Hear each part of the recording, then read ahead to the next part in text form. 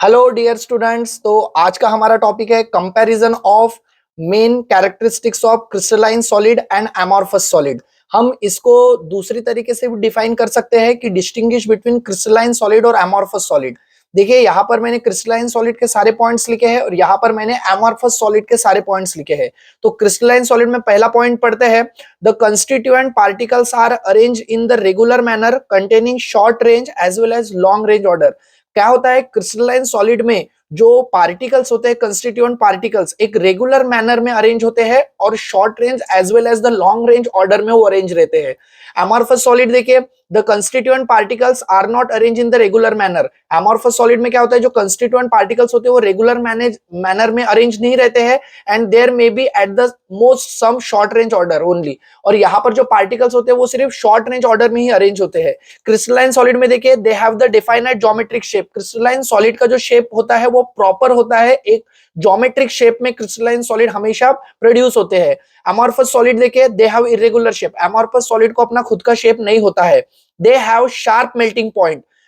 जो crystalline solid होते हैं उनका मेल्टिंग पॉइंट एकदम शार्प होता है। amorphous solid they do not have sharp melting point। amorphous solid का melting point sharp नहीं होता।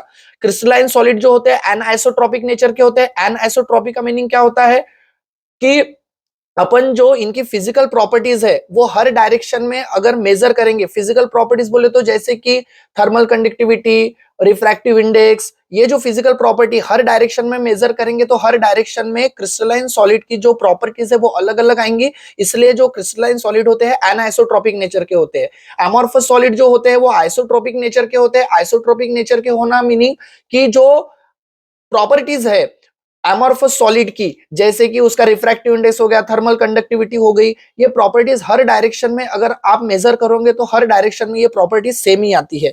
They undergo clean cleavage. मतलब क्रिस्टलाइन सॉलिड को अगर आप किसी चीज की सहायता से अगर बीच से काटोगे तो जो दो सरफेस जनरेट जो होंगे ना, दो सरफेस क्लीन होंगे और एकदम स्मूथ होंगे।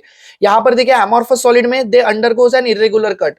अगर आप एमॉर्फस सॉलिड को अगर काटोगे किसी चीज से तो जो एमॉर्फस सॉलिड के दो सरफेस जनरेट होंगे वो प्रॉपर शेप में नहीं कटेंगे और उनका क्लीन क्लीवेज नहीं होगा। ये एग्जांपल वैसे ही है, देखिए अगर आयरन को अगर आप आरी के सहायता से बीच से काटते हो तो दो सरफेस जनरेट होते हैं। तो जो दो सरफेस जनरेट हुए काटने के बाद में वो स्मूथ होते हैं, क्लीन होते हैं और शाइनी होते हैं। वहीं पर अगर प्लास्टिक को, जो एमॉर्फस सॉलिड है, अगर उसको आप बीच से काटोगे तो आप देखोगे कि जो दो सरफेस जनरेट होते हैं वो रफ जनरेट होते हैं और इरेगुलर फॉर्म में होते हैं।